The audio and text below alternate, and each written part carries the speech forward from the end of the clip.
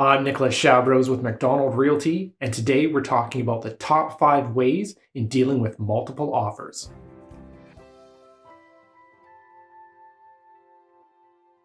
Number 1, get pre-approved. This goes without saying when you're purchasing a property.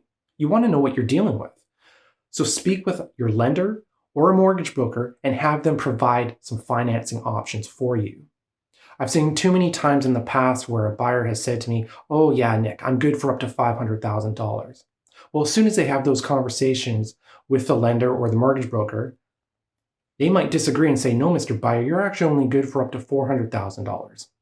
I've seen too many deals in the past fall apart simply because of financing. So you want to make sure you know what you're dealing with and you're ready to go make that offer on a property.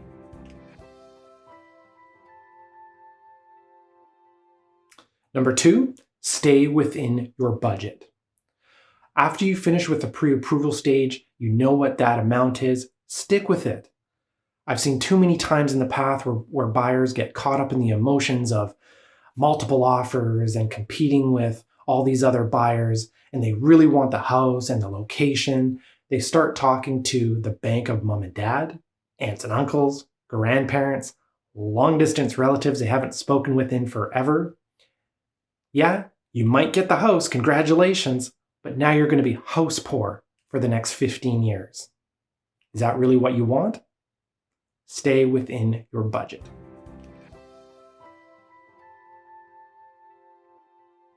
Number 3, subject conditions.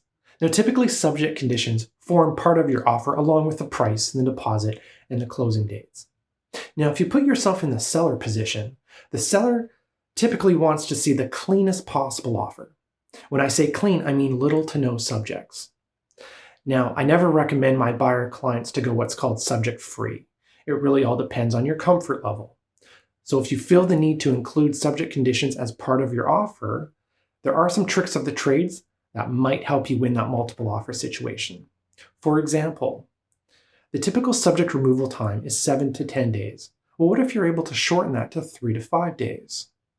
If you're purchasing a condo or a townhouse, reach out to the listing agent beforehand and ask them to provide the strata documents.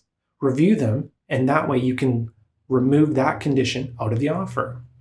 Now, a lot of buyers also want to do an inspection of the home.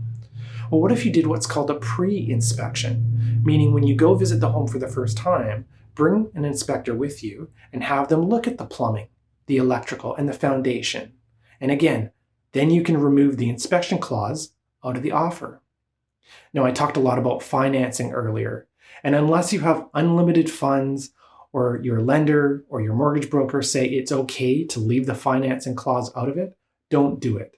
Too many deals fall apart simply because of financing and inspection. The last thing you can do is reach out to the listing agent and see when the seller's preferred closing dates are. Perhaps if you provide the sellers with the closing dates that they want, that may win you a lot of points and ultimately the multiple offer situation.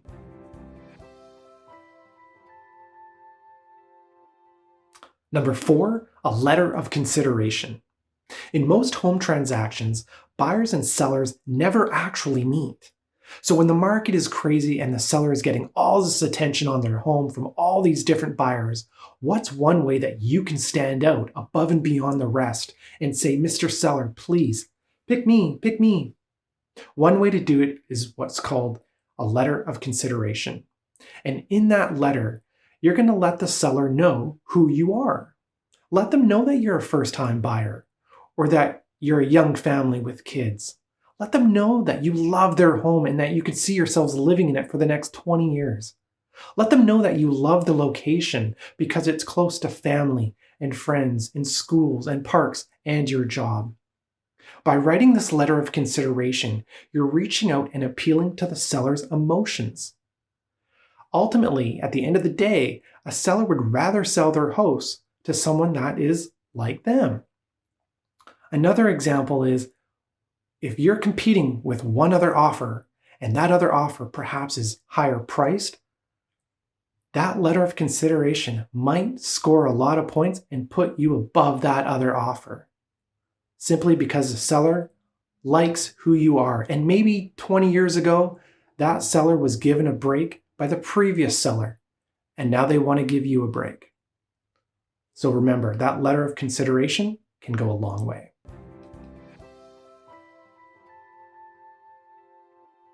Number 5, make your offer your best offer.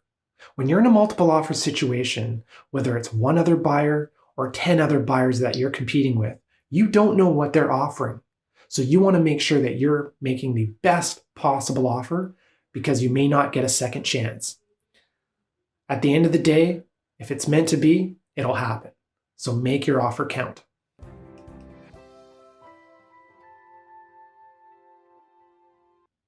Thank you so much for watching today's video about multiple offers. Have you been in a multiple offer situation? How did it go? Was it good, bad? Please feel free to comment below. For all the latest news and insights into the world of real estate, please subscribe to my YouTube channel.